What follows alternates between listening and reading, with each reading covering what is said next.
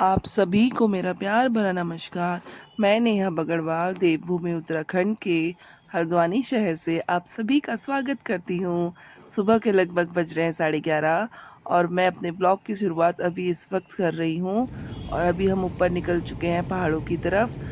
फ़िलहाल हम पहुँचे हैं भीमताल। मौसम काफ़ी सुहावना है और आसमान में बादल छाए हुए हैं और कोहरा भी लगा हुआ है और अच्छी ठंडी-ठंडी हवा चल रही है बढ़िया करके। तो लग अभी तो फ़िलहाल हमें कोई जाम नहीं मिला, लेकिन आगे जैसे ही मोड़ पे पहुँचे भीमताल के पास, तो जाम लगा था। लेकिन मुझे लगा अब तो भैया 2-3 घंटे जाम में फँसना ही फँसना है। बट नहीं, वहाँ पे ना एक ट्रक था जिसकी वजह से गाड़ियाँ पास नहीं हो पा रही थी, तो तब 3-4 गाड़ियाँ खड़ी हो गई थी। ट्रक निकलते ही सब जाम क्लियर हो गया था। फिर हम आगे की तरफ को बढ़े, तो आगे हम पहुँचे थे भवाली। तो भवाली में ना हल्की-फुल्की बारिश हो रही थी और इधर भी कोहरा लगा हुआ था, तो मौसम काफ़ी ठंडा था इधर भी। और फिर उसके बाद हम लोग आगे की तरफ को बढ़ गए। फिर आगे बढ़े तो वहाँ पे नीचे की तरफ को मेरी नज़र गई तो देखा कैंची धाम के दर्शन हो रहे थे उधर से। तो हम कैंची धाम नीम करोली बाबा के मंदिर के पास पहुँच चुके थे।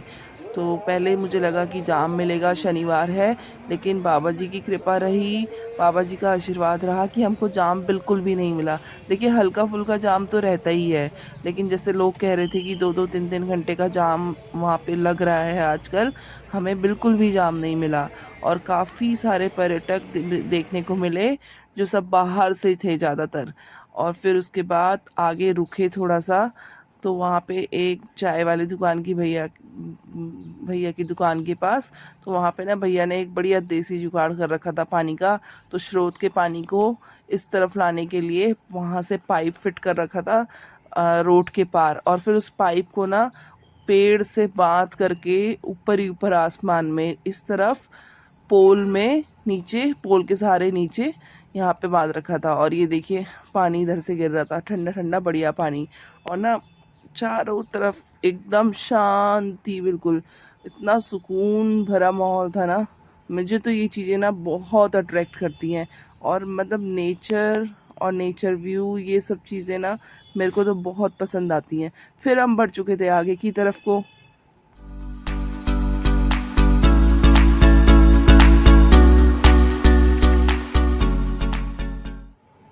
नदी का जल स्तर भी काफ़ी अच्छा था और देखिए इधर लैंडस्लाइड हो रखी थी थोड़ी बहुत। ये लगातार ना रोडों के कटान की वजह से बहुत लैंडस्लाइड हो रही है और बरसातों में तो खासकर होती ही होती है।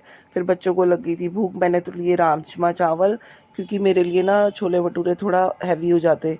फिर आगे की तरफ को बढ़े तो मेरी नज़र पड़ी नीचे, तो ना लोगों ने इतनी बढ़िया खेती कर रखी थी ना सब्जी की, नदी के किनारे।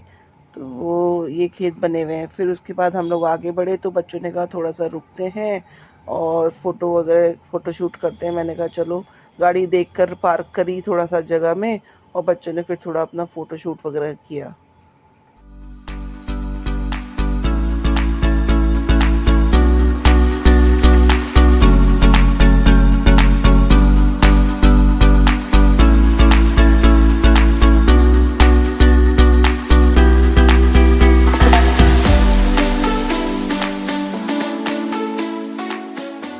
फ़ोटो-वोटो खिंचाई और फिर उसके बाद हम लोग बैठ गए थे गाड़ी में और निकल पड़े आगे की तरफ। और शाम हो गई थी, तो हमने कहा अंधेरा होने से पहले फटाफट हम लोग टाइम से अगर पहुंच जाएँ अपने गेस्ट हाउस तो अच्छा है। लेकिन हम पहुंच गए थे क्योंकि हमको जाम वगैरह कुछ मिला नहीं। और वहाँ पहुँचते ही मैंने देखा ना एक पानी की डिग्गी जैसी थी, उन्होंने उसमें पानी इकट्ठा करके लोटस लगा रखा था। लोटस के प्लांट तो थे लेकिन फूल नहीं था। फिर मैं गेस्ट हाउस के पीछे की तरफ को घूमने गई, तो बैकयार्ड में उनका छोटा-सा किचन गार्डन था। तो वहाँ पे ना इन्होंने बेस्ट आउट ऑफ वेस्ट, जैसे कि होता है तेल के कनिस्टर, उनको काट-काट के ना पॉट्स बना रखे थे और उसमें सुंदर-सुंदर फूल लगे थे। देखिए फूल रोज़ का जैसा लग रहा है, ये कोई कैक्टस की प्रजाति मुझे लग रही है। तो अलग अलग डिफरेंट डिफरेंट शेड्स में था। और इधर इनका था चूल्हा, तो कुछ लकड़ियाँ रखी हुई थी, मुझे कभी चूल्हा जलाते होंगे तो इधर इनका सेटअप था। और ये देखिए दीवार में ये जो है ना ग्रिल पे पूरी क्रीपर जो है बेल कितनी सुंदर लग रही है। हल्द्वानी में तो भैया हमको ये खरीदनी पड़ती है मार्केट से डेकोरेशन के लिए, और यहाँ पे ये नेचुरल है। और आगे की तरफ को बढ़ी तो मैंने देखा छोटी छोटी बैगन की पौधे लगी हुई थी, बीन्स के पेड़ थे। अब पता नहीं ये बीन्स के पेड़ थे या राजमा के, मतलब दोनों एक से ही दिखते हैं तो मुझे उतना समझ में नहीं आता है। और उस तरफ गडेरी भी लगी हुई थी। तो पहाड़ जिसको अरबी बोलते हैं पिनालू, पहाड़ी में हम लोग गडेरी बोलते हैं। और चारों तरफ मैंने एक बढ़िया सा व्यू कैप्चर किया, मतलब बहुत शांति और सुकून भरा। चिड़ियाओं के चहचहाने की आवाज़ आ रही थी। हल्द्वानी में तो भैया चिड़ियाओं की चहचहाने की आवाज़ भी सुनना मुश्किल हो गया है अब। और इस तरफ ये प्लांट्स लगे हुए थे और इनमें सुंदर सुंदर फूल आए हुए थे। तो मैंने भैया से पूछा कि भैया इनको अगर हल्द्वानी लगाएंगे तो क्या ये लगेंगे? तो उन्होंने कहा मुश्किल है, क्योंकि ये ठंडे इलाकों के पेड़ हैं और वहाँ पे ना मतलब हो तो जाएंगे लेकिन इतने बढ़िया तरीके से फलेंगे फूलेंगे नहीं। और ये देखिए बेल, ये कितने सुंदर लग रही है, मतलब इसका व्यू ना एकदम दिखने में बहुत खूबसूरत लग रही है। और इसने पूरे ना गेट को भी कवर कर लिया है। ऊपर से देखिए गेट के जो ऊपर से आकार होता है सी शेप, पूरे उसमें पूरा समा गई है बढ़िया करके। और फिर आगे की तरफ को बढ़ी तो और प्लांट्स भी थे, अगल बगल पेड़ लगे हुए थे, बिल्कुल शांति थी चारों तरफ, कोई शोर शराबा नहीं। ये तो हमारे हल्द्वानी में हो जाता है। और फिर उसके बाद सूरज की किरणें ना, बारिश बंद हो गई थी तो एकदम क्लियर था सूरज आसमान। और शाम का वक्त था, किरणें ऐसे पड़ रही थी जैसे बिल्कुल मानो कि सुबह हो, लेकिन हवा ना बिल्कुल ठंडी थी, फ्रेश। और फिर आगे की तरफ को वॉक करा तो देखा, मेरी नज़र पड़ी एक दीवार पे, तो दीवार पे भी ना एक क्रीपर ने पूरी समा गई थी। और फिर आगे की तरफ को गई तो देखा अंगूर की बेल। तो मैं तो भैया खुश हो गई थी बच्चों की तरह, क्योंकि ना इतने सारे अंगूर और ऐसे पेड़ में लगे हुए बेल में मैंने पहली बार देखे।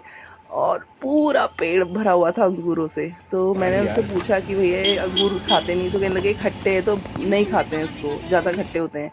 फिर ये था पानी का नौला, तो मैंने बच्चों को दिखाया कि पानी का नौला क्या होता है। भैया ठंडा पानी आता है इसमें, और आजकल के बच्चों को ना इन चीज़ों के बारे में कुछ पता ही नहीं है, तो नॉलेज होनी बहुत ज़रूरी है। और फिर हम पहुंच चुके थे मंदिर। तो जो लोग इस मंदिर में आए होंगे पहले, उन लोगों को पता होगा ये कौन सा मंदिर है। तो मैं बताती हूँ, ये है विंसर महादेव जी का मंदिर। तो हमारे गेस्ट हाउस से कुछ 2-3 किलोमीटर की ही दूरी पे था, तो हमने बोला चलो हो आते हैं और दर्शन कराएंगे। तो पहले तो डाउट हो रहा था कि खुला होगा मंदिर या नहीं, लेकिन मंदिर खुला था। और फिर यहाँ पे एक दुकान थी प्रसाद वगैरह की, तो वहाँ पे से हम लोगों ने प्रसाद वगैरह लिया। तो उनके पास ना हैंडीक्राफ्ट का सामान भी था। तो हैंडीक्राफ्ट का सामान, एक मज़ेदार चीज़ देखी मैंने, वहाँ पे हेम्प के प्रोडक्ट भी थे। हेम्प मतलब भांग। तो भांग के पेड़ जो होते हैं उनके जो रेशे होते हैं, रेशों से बैग्स बने हुए थे, है ना, कैप बनी हुई थी, तो बहुत सारी चीज़ें थी। और फिर हम अंदर की तरफ को गए मंदिर में, तो वहाँ पे और 3-4 फैमिलीज़ भी आई हुई थी। तो मैंने पूछा आप कहाँ से आए हो? तो लोग भैया इतनी दूर दूर से आते हैं ना भैया, लोगों के अंदर इतनी आस्था और श्रद्धा होती है, कहाँ बदायूं से यहाँ पहुँचे हुए थे बाबा जी के दर्शन के लिए। और फिर बच्चों ने फ़ोटो वोटो ली। और ये देखिए घंटियाँ कैसे लाइन से लगी हुई हैं, और पतंगे पतंगे ना, हमारे वहाँ पहाड़ियों में कोई भी शुभ काम होता है, कोई भी शुभ अवसर होता है, उस पे पतंगे ज़रूर लगाई जाती है। तो मंदिर में भी चारों तरफ पतंगे लगी हुई थी। और ये रहा मंदिर। तो फटाफट दर्शन करे। और एक मज़े की बात ये, जब हम वहाँ पहुँचे तो वहाँ शाम की आरती का वक्त हो रहा था। अब हम पहुंच चुके हैं विंसर महादेव। तो शाम की आरती चल रही है पीछे, और आप सुन सकते हैं जैसा कि आरती की चैंटिंग की आवाज़ आ रही है पीछे। शाम की आरती चल रही है बढ़िया करके। तो बहुत अच्छे वक्त हमारा पहुंचना हुआ इधर, और हमने शाम की आरती भी अटेंड कर ली। और बहुत सुंदर नज़ारा है यहाँ पर, बहुत शांति है, बहुत प्रकृति की सुंदरता है, मतलब फूलों से और हरियाली से पूरा हरा भरा माहौल है।